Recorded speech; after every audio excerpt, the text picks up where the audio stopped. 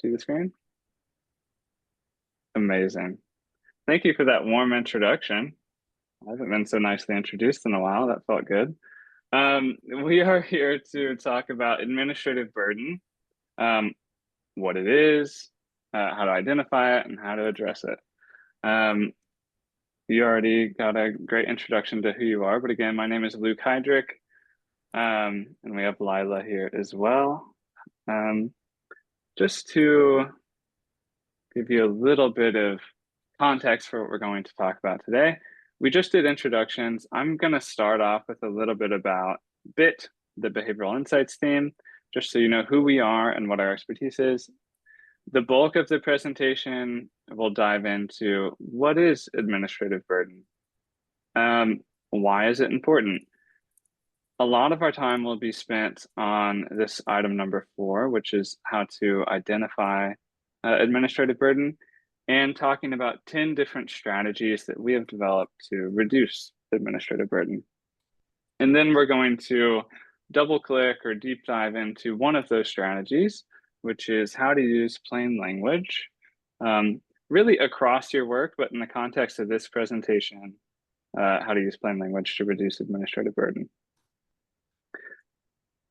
Quickly, I just want to acknowledge that BIT developed this work in a partnership with the Veterans Health Administration at the VA. So, thank you to them for letting us do this work and share it with you all. We're excited to do so.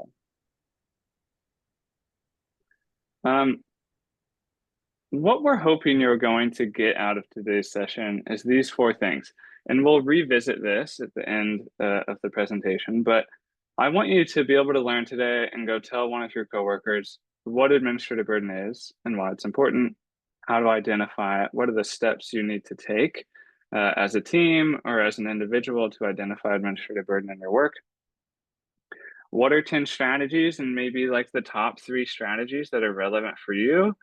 And then how to use plain language, like really specifically, how do we take a piece of writing or communication and redesign it to use plain language best practices? So that's what we're going to do. Who we are. So BIT is a global leader in using behavioral science to design services, policies, products, generally interventions that improve people's lives. Our origin story is as the original nudge unit in 2010, but now it's much bigger than that. You can see on this map in the kind of darker blue where our offices are. So Lila's coming out of the New York City office. I am based a little bit central in the US in Tulsa, Oklahoma. But we operate all over the world, and we have a local staff presence throughout the Americas, parts of Europe, Australia, Southeastern Asia. And we partner with all levels of government, federal, state, district, city. We work with nonprofits, and we also do a little bit of work with the private sector. What we do is typically a mixture of 3 things. And administrative burden is kind of depending on what you're talking about, overlapping these 3 areas. But we really focus a lot on behavioral science. So conducting research and designing interventions based on research about how humans behave and how they make decisions in the real world. We have a big focus and a lot of expertise in evaluation. That could be causal evaluations like RCTs, but it could also be things like process evaluations. And we do capability building, so things like today, so that other people, other experts like yourselves can use behavioral science and other types of knowledge like administrative burden in your work. So that's all I'll say about us, just the real quick elevator pitch. And now let's get into it. So what is administrative burden? Really simply, administrative burden refers to the challenges that customers encounter while they're interacting with the service, process, product, communication, tool, policy, really anything. The really simple explanation is it's a challenge that someone encounters while they're trying to do something or use something. I think really important for us to know right at the top is that administrative burden can affect different types of people. So,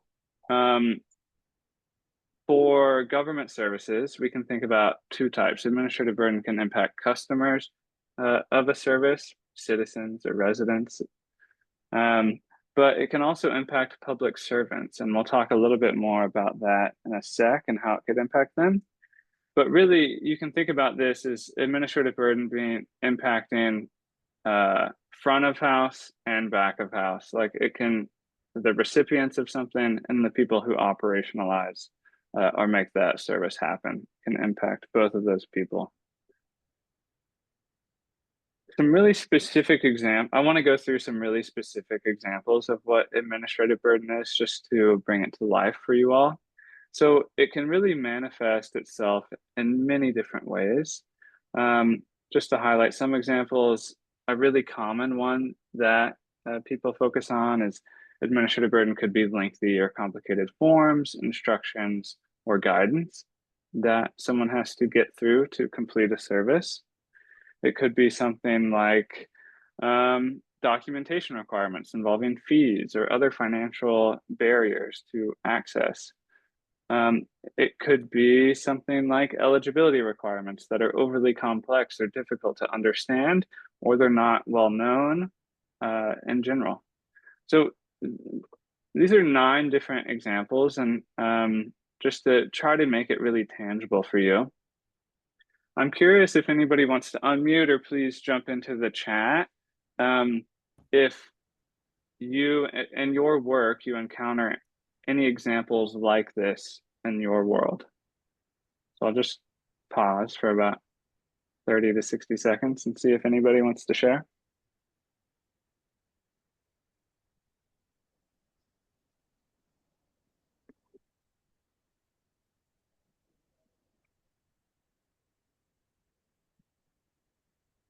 Yeah, Julian, go for it. Yeah, I'm at a university and my work is with faculty, staff, and students. Okay. And because of the like size of our institution, very bureaucratic, very decentralized, and oftentimes people have to enter the same information over and over again to complete something and they have to go to multiple departments to do so. Yeah. And it's just very frustrating for folks. And then for folks who are outside of the university, our partners or other agencies trying to access things in the university, it's the same way. Having to go through multiple people to get one thing done, to answer one question that they have, or to get something done. That's a great example, Julian. Thank you for sharing that. Great. Just to move us along here, there will be, I'm going to ask you to share again, so stay tuned. Just want to dive in a little bit deeper into administrative burden. So we just talked about some specific examples, but we can break it down even further. And so administrative burdens are typically categorized into 3 different types. And the academic literature often refers to these categories as costs. So we have learning costs, compliance costs, and psychological costs. It's really helpful to break administrative burden down like this, and we'll get into it why when we're talking about the steps. But just to go through each one, so learning costs refer to effort that someone has to take to learn about the service, the product, the policy, learn who is eligible, learn about the nature of benefits, learn how to access whatever they're trying to access. So there's a whole category of actions here that someone needs to take to learn. And so those are called learning costs. Then as a second type of cost, we have compliance costs. And I think this is the most intuitive one. These are barriers that someone encounters and time and resources that they have to spend to be able to participate in that service. So Jillian, to your example, someone having to enter the same information in multiple times, that's a high compliance cost. It's a lot of effort that they have to take. And then the learning cost would be just learning where do they have to, what forms do they have to complete and where do they have to complete them. So they go hand in hand, but they're slightly different and can be helpful when thinking about how to address the problem. So you have learning costs and compliance costs. Then last, we have psychological costs, which are extremely important and sometimes overlooked. So it's good to keep this in the mix. So psychological costs refer to stress or other negative emotions that result from dealing with this procedure, to access something, or just engaging in the service at all. So we want to pay attention to what this psychological state we cause in our customers or the end users. I want to mention here this kind of asterisk at the bottom, and just recognize that the leading academics here, Donald Moynihan and Pamela Hurd, and you can see Hope Harvey here as well, but Moynihan and Hurd are really the leading researchers, and they're a couple. And they have authored the book simply titled Administrative Burden. It's a really great resource. I encourage you all to check it out if you want to take a really deep dive into these three costs. It's a great resource. So I just want to give them some recognition there. And I also want to talk a little bit about the term sludge. If you've heard of that term, it's the opposite of nudge. And so just want to address it if anybody has any questions about that. Sludge as a concept is very related to administrative burden, but it is a distinct concept, especially if you start reading the academic literature about administrative burden. But burden is, let's say, the broadest term. It's kind of an umbrella term that focuses on the kind of experience of individuals and finding processes difficult. So going through these three different costs. Sludge specifically refers to unnecessary frictions within a process. Typically that follows under compliance costs. So it's unnecessary effort that someone has to go through to complete a task. And so sludge is slightly more specific. Also, administrative burden historically has pertained to public policy, and sludge has been applied in the private sector as well as a public setting. If you have questions about that, we can talk about that at the end as well. And so just to kind of illustrate these three different types of costs, we have some customer examples and some public servant examples. So for customers, a compliance cost, for example, could be gathering all of the necessary documents to access a public service or meet eligibility requirements. And for a public servant, a learning cost could be struggling to navigate an internal process, figure out what the process is. It could be struggling to understand how a policy has changed, or it could be learning who the right point of contact is for a specific issue. So there's many types of learning costs, compliance costs, and psychological costs that apply to customers and public servants. And I just want to pause here again for another discussion. If you want to unmute or put in the chat, go ahead and answer this question about what administrative burdens have you encountered in your job or even your personal life. If you just want to use a 1, 2, or 3 to indicate which one, or if you want to give a specific example, that'd be great too.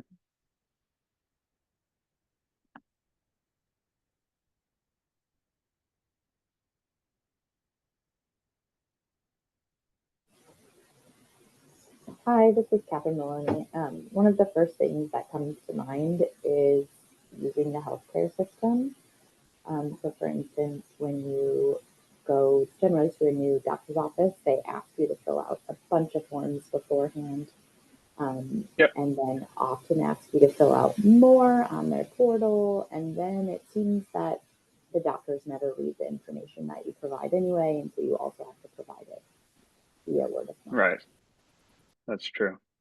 That's a really good example, Catherine. And I think that last point you mentioned could be kind of an overlooked psychological cost, which is, that person, or we've all been through this, I'm sure, feels like it's a waste of time. We get frustrated. So there's costs of all three types in that example, which is great. Thanks for putting some in the chat. These are great as well. Amazing. Seems like people are seeing these costs, all three types, in their work. Just to move us along, let's talk about why we think administrative burden is important. We have here kind of a, let's call it an impact flow chart for these two types of people. And so for customers, I think addressing administrative burden, or sorry, for customers, I think when they experience administrative burden, the impact is really intuitive. And so here you can see the VHA example when we were doing this work with them, which is that administrative burden can lead for beneficiaries, people who are eligible for benefits, to receive only partial benefits that they're entitled to. It could cause service delays. It could cause heightened stress, frustration, anxiety. And in some cases, we hope rare, not receiving benefits at all. Let's say if a key document is missed, a communication is messed up, or there's many examples. And so that's how customers are impacted. But I think it's important to take a look at the public servant side as well, which is administrative burdens, basically can prevent employees from fulfilling their duties efficiently, effectively, without frustration. And let's connect that to that ultimately impacting customers, right? If public servants or employees can't do their job well, that will have a effect later on for customers. So we just want to draw that out here. And also highlight one question that we often get, which is, can administrative burden be justified? And the resounding clear answer is yes, it absolutely can. But there is a real balance here that needs to be interrogated. So the balance is, depending on what burden you're talking about, between something like program integrity and reducing customers' administrative burden. And so I think the key thing for program designers, policy decision makers to balance is that burdens can be necessary for preserving things like program integrity, but we cannot make access or participation too complicated or difficult for those who are eligible and deserving, of course. So there's a balance there. And so we just want to kind of highlight that there can be cases when making someone go through a burden is justified, like verifying that they are who they say they are. But we still need to eliminate as much burden as possible so that the experience of that service is a good one, is timely, and is effective. So there's no extremely clear rule here, but there are times when it can be justified. We just want to encourage people to interrogate that and make sure that the case is clear for an administrative burden if it is decided to be kept. Great. So now let's dive into kind of the bulk of our presentation today. I just want to say we're going to go through a lot of information in the next 10-ish slides. And so we're not going to be able to go through everything in detail, but I just want to reassure you all that you will have these slides after today's session, and you can read through in detail. There's a lot of great information here. So if I don't go through everything, just know that you'll have that opportunity. The first thing I want to talk about is the steps to identify and reduce administrative burden that we take and that we recommend people to take. So there's 6 steps here. Just go through each one. The first is to select a focus area. And when I say this, I mean to select a specific process, a specific service, a specific tool, even something like a specific form that you think needs improvement. I think a lot of you will kind of intuitively know what the issue areas are. And And so pick that specific thing. The more specific, the better, because it will be easier to design a solution later on. The second is to identify your customer. And so when I say customer, I really mean the end user of that thing. So if it's a form, who specifically is going to be using that form? Or if it's on the public service side, if it's like an internal process or an internal tool, who is the specific user of that tool? And so again, for step 1 and step 2, just setting those boundaries really specifically. Here's our focus area and here's our customer. And being very specific about that will help you in the subsequent steps. Step 3 is to develop a journey map. And so a journey map is a visualization of a customer's or end user's experience over time. And it defines steps or moments that are important. It defines key phases in a process, and it defines important kind of interaction points. The simplest way to think about that is you could write out a step-by-step list of everything that someone would need to do to complete the form. So, for example, for a customer form, it would be first, they need to be aware that they need to complete the form. They need to, step number 2, they need to find the form, and you could probably break that down into many steps. Step 3, they need to complete that form, which again could be broken down into many steps. Step 4, they need to send that form wherever it needs to go with the right supporting information. And so break down the use of that tool, product, service into as many specific steps as possible. The more specific, the better in general. So this really provides the foundation for the next step, which is to identify burdens. So now that you have a journey map, the reason we developed that is so that we can really specifically identify when a administrative burden is happening. So for each step, what we would want to do is kind of systematically look at that step and say, are there any learning costs happening in this step? Are there any compliance costs happening in this step? And are there any psychological costs that are happening in this step? So I know it can be kind of a lot and maybe a little bit repetitive or redundant, but really going through each step in your journey map and identifying those 3 types of burdens within each step is really critical. And so we do that throughout the journey. And then once we have done that, we move on to step 5, which is to prioritize the administrative burdens that we want to address. And so typically we'll use an impact and feasibility matrix to determine which burdens or which steps or step to tackle first.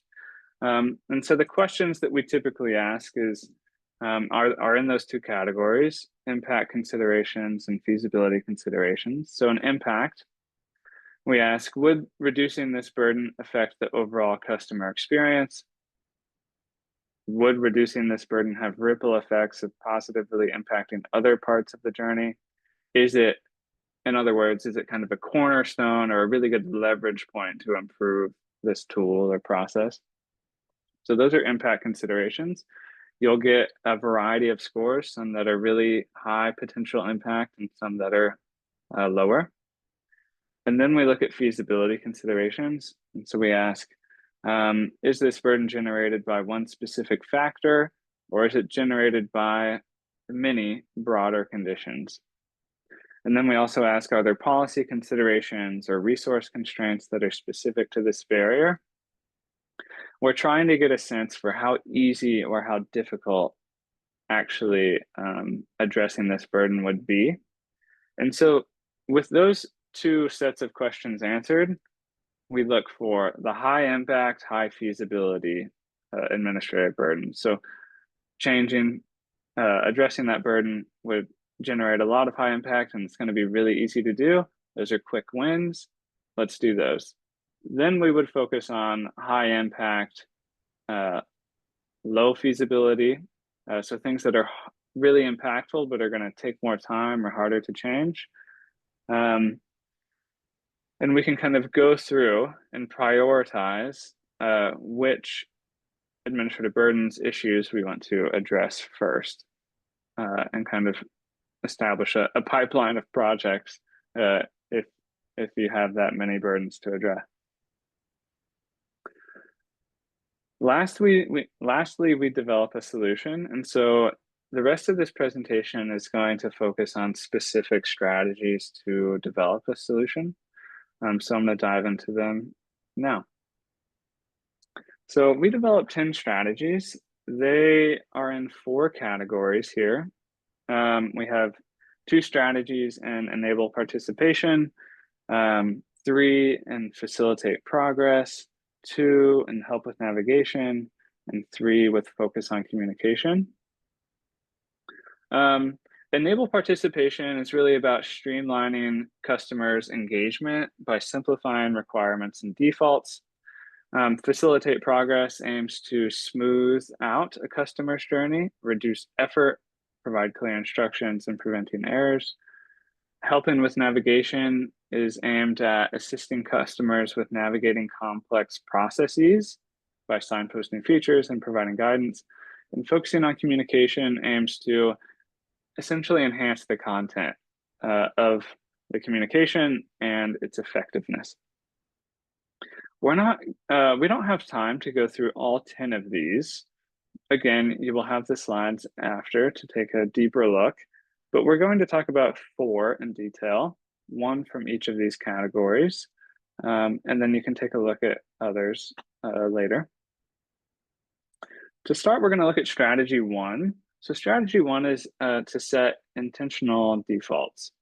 And so we know that people often stick with their initial or predetermined options, even if better choices are available. A really kind of easy example of this that we all are familiar with is in your personal life when you're purchasing something online and there's a box indicating that you want to receive newsletters and emails, even when you don't, is pre-checked and you forget to unclick it. That's a default. And so in government, what we can sometimes do is automatically enroll eligible individuals into beneficial programs or services that they're eligible for, just like pre-checking a box. And that can eliminate a lot of learning costs, a lot of compliance costs of needing to research and apply for a program, for example.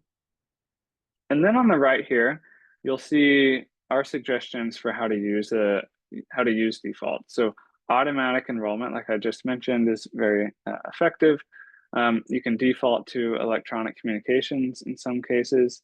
And then just really setting smart default options that align with your user's best interests while still allowing for opt-out. Defaults don't always have to be at the enrollment level. If you look at your program, you may see defaults that aren't so large.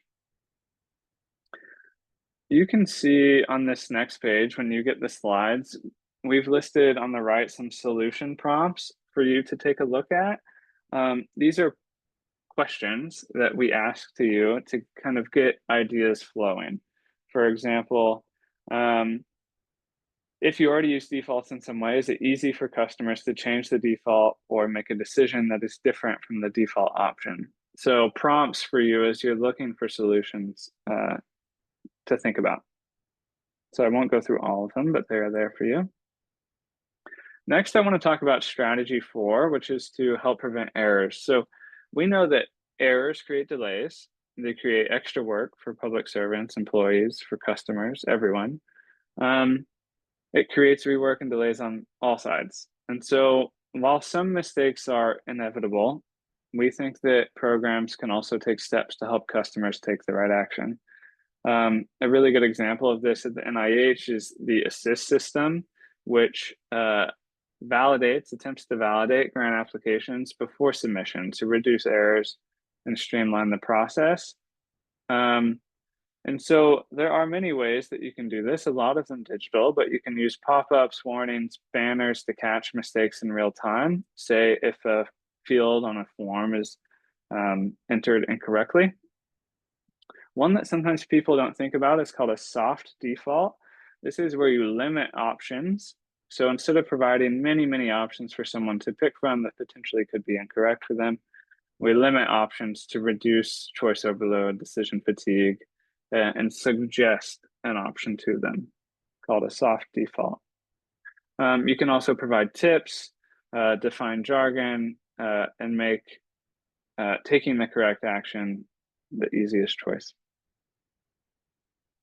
Again, you'll see some solution prompts on the right here, like, are there ways that you can redesign your product to provide guidance for users within the product itself, rather than asking them to go somewhere else, like an FAQ, for help? Next up is strategy 7. This is a really important one, which is signposting and marking progress. So providing various types of process guidance will help customers complete the actions that they need to take and to stay on the right track. And process guidance solutions can really reduce learning compliance and psychological costs because they can deliver information precisely when it is needed and most relevant. So a good example, which is commonly cited, and I love it, and you see it a lot of times in the private sector too, is the USPS package tracking. So it's a great model. 70% of people use this feature, and it really reduces a lot of the costs, the administrative burden costs that people could experience in the service. And so ways you can guide users, you can use progress bars to show completion status or where they are in a journey. You can provide clear steps and reminders for required actions. And you can display next steps and deadlines so users are kept on track. Again, you'll see some prompts on the right here for you to review and to use as an ideation tool. And then last, we have we have strategy 9, which is in the focus on communication category, which is to make information easy to understand and actionable. So using simple language and organizing information, it's intuitive. It clearly helps people understand what they're reading and acting on it. Providing checklists for required actions or documents can really streamline a process for a user and improve their ability to act quickly. A really good example of this is a program of work at the USDOL, which is working kind of through a lot of states to simplify forms and notices using plain language, with the goal of leading to fewer calls to the call center, increasing application rates, increasing efficiency. And the way that they do this, and you can do this, is to use plain language, and we're going to talk about that in detail. Avoid jargon, complex terms, breaking text into small, clear sections called chunking, and providing checklists to highlight required steps. So we're going to go through this in detail, but just want to mention your solution prompts are here. And just want to pause. I know I went through that quickly because we have a lot to get through and we want to give you some really clear tips on plain language, but just to pause, I want to see if anybody can pop into the chat or unmute and answer if any of these categories or strategies resonated with you and which ones resonated most.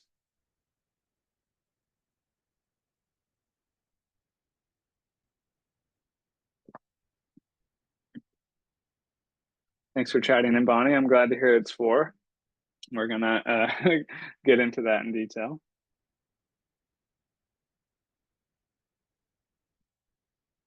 Defaults, navigation.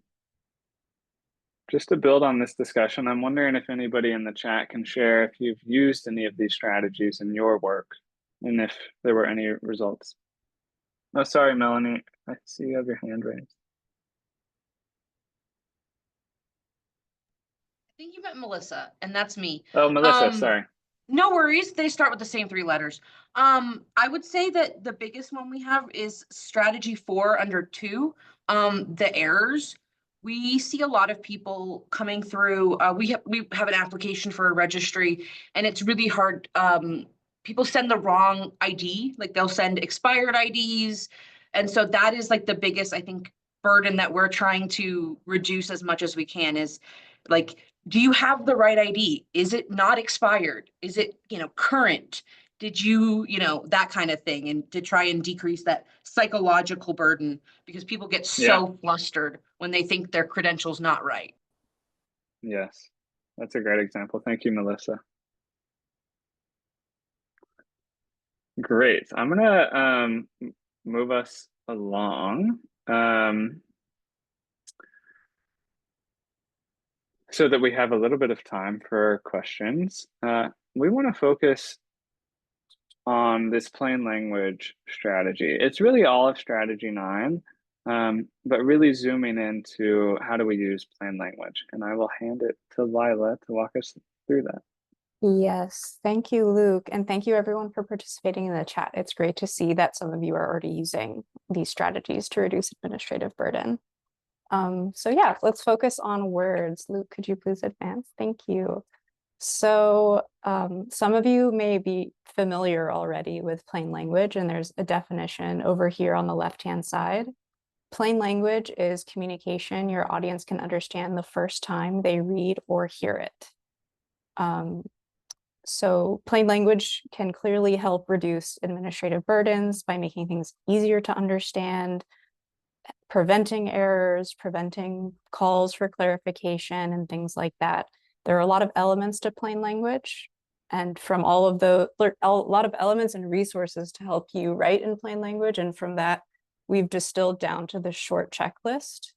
So things like really focusing on your reader and organizing the content to answer the questions they'll have, communicate the information that they will critically need, using second person, the word you, and other pronouns to make your writing more engaging and feel more personal and relevant, using active voice sentence structure versus passive, shortening your sentences and paragraphs, using conversational words, and using easy to follow design features like Luke mentioned in the previous section. But for today, we'll be focusing on these 3 features and giving you tips on how to apply them. We can start with active voice, not passive. So here are 2 definitions of passive voice and active voice. So a sentence written in passive voice is when the actor comes after the action or when the actor is completely absent from the sentence, versus active voice when the actor comes before the action. And active voice is usually the simplest sentence structure in English, at least, and it can help make information clearer to your reader, while passive voice is a little more opaque because it kind of hides who is doing what. And that can be okay sometimes, but if you want to make something crystal clear and super understandable to someone, active voice is the way to go. And we have an example to show you what this looks like. So on the left, there's an example of a sentence written in passive voice. A household water lead test was conducted and lead was detected in the source of water. And an active version of that sentence could be, we found lead in your household water.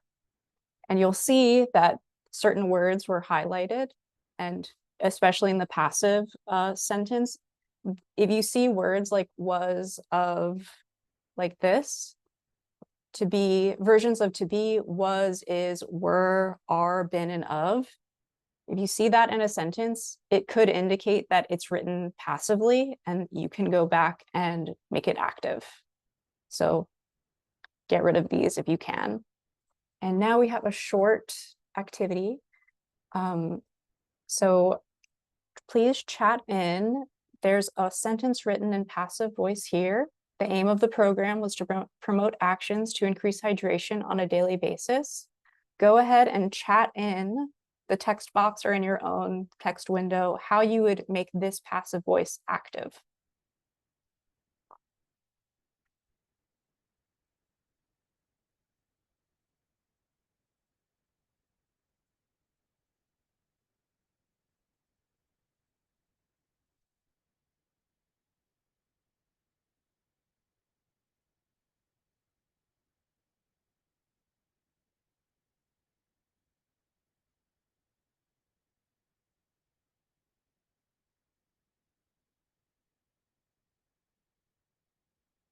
Thank you so much, everyone. These are great edits. We'll just show the one edit. The program aimed to help people drink more water. So I saw very similar edits in the chat. Here we've made the program the actor and aimed the verb, and the sentence is just much more simpler and clearer this way. It's a small difference, but it really helps people. So that is strategy 1. Next, we have short sentences and paragraphs and ways to do that. And we have a few things to think about and tips of how to do this. So you can shorten your paragraphs and sentences by finding the unnecessary words and cutting them. And this is super important when it comes to writing and editing, because the more you include in the notice, a letter, an email, a form, the less people retain. And this is really important for government because there's a lot of detail that you could give your colleagues or customers or what have you, but not all of it might be critical to include in the communication for what the person needs to do next. So to that point, really think about the musts of what the reader needs to focus on versus what might distract them, and cut that content or move it to an appendix or a footer where they could find it if they want to know more. And that helps keeps people's attention on the content that they will find most valuable and useful in navigating the service or the step, or finding out if they're eligible for something or whatever it may be. And if it's helpful, a good average sentence length to go for is about 20 words or shorter. But that doesn't mean every sentence needs to be that length. But yes, so now is your practice time. So here is an example sentence. I won't read it out loud, but give it a read and try to shorten it. And you can chat it in the chat here or in your own text box.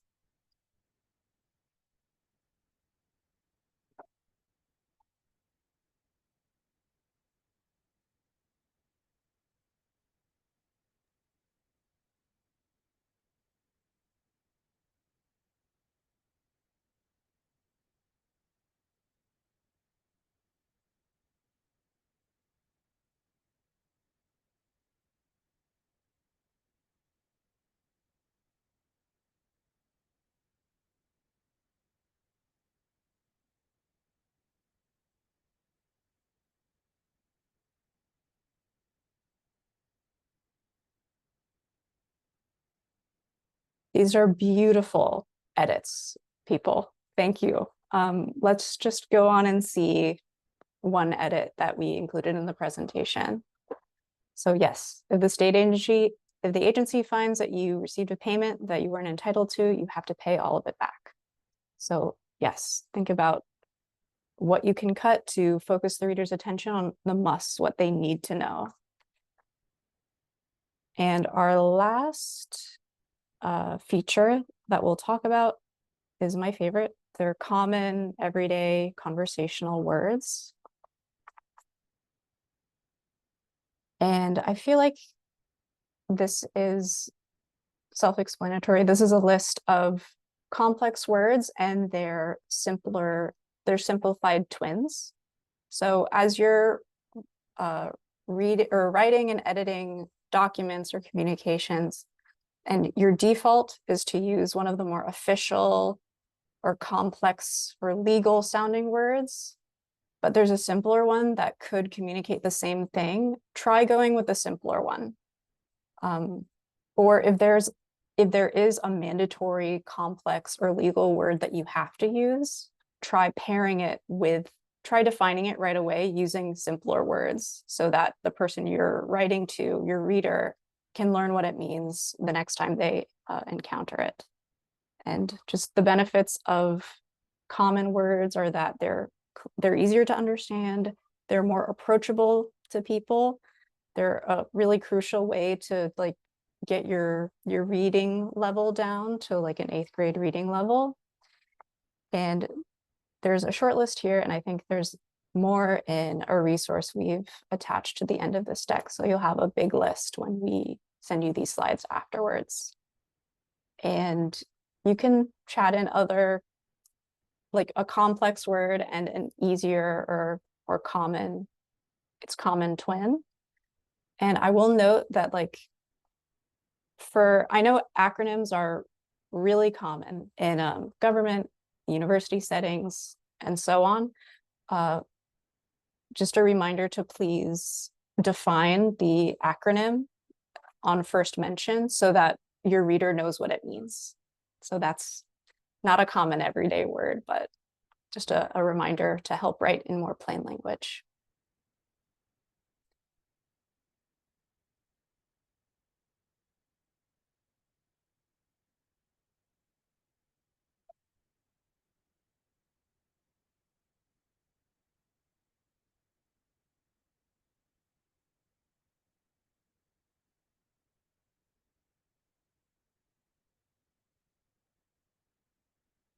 And let's go to our last tip. So switching gears, read this to yourself and then read it out loud. And the appears twice, and you may not have caught that if you just read it in your head.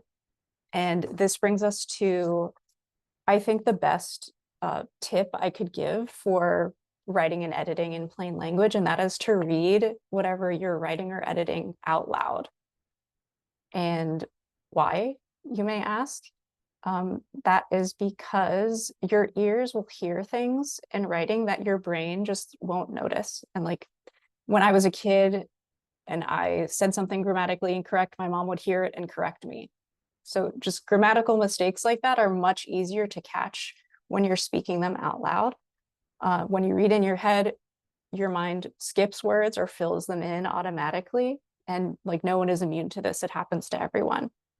So yes, reading out loud helps you catch funky grammar, complex words that don't sound natural, spoken. And if something doesn't feel right when you say it out loud, it's a good indication that you should probably go back and try to edit it so that it does feel natural, spoken out loud. And I think that is all I have for you today. Yeah. Okay. Thanks, Lila.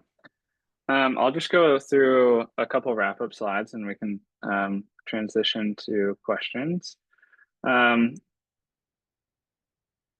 Just first of all, just to acknowledge the VHA again for letting us share this and just revisiting these learning goals. So we hoped that you would be able to explain these 4 things. If there are 4 things that you got from this, it would be that administrative burdens are challenges that customers encounter while interacting with the service, process, product, tool, communication. That you can identify administrative burden by defining a focus area and a customer, developing a journey map, identifying burdens with that journey map, prioritizing them. And then that you can use those 10 strategies, specifically the 4 that we talked about, to address burden. And we're happy to share more about that when you get the slides later.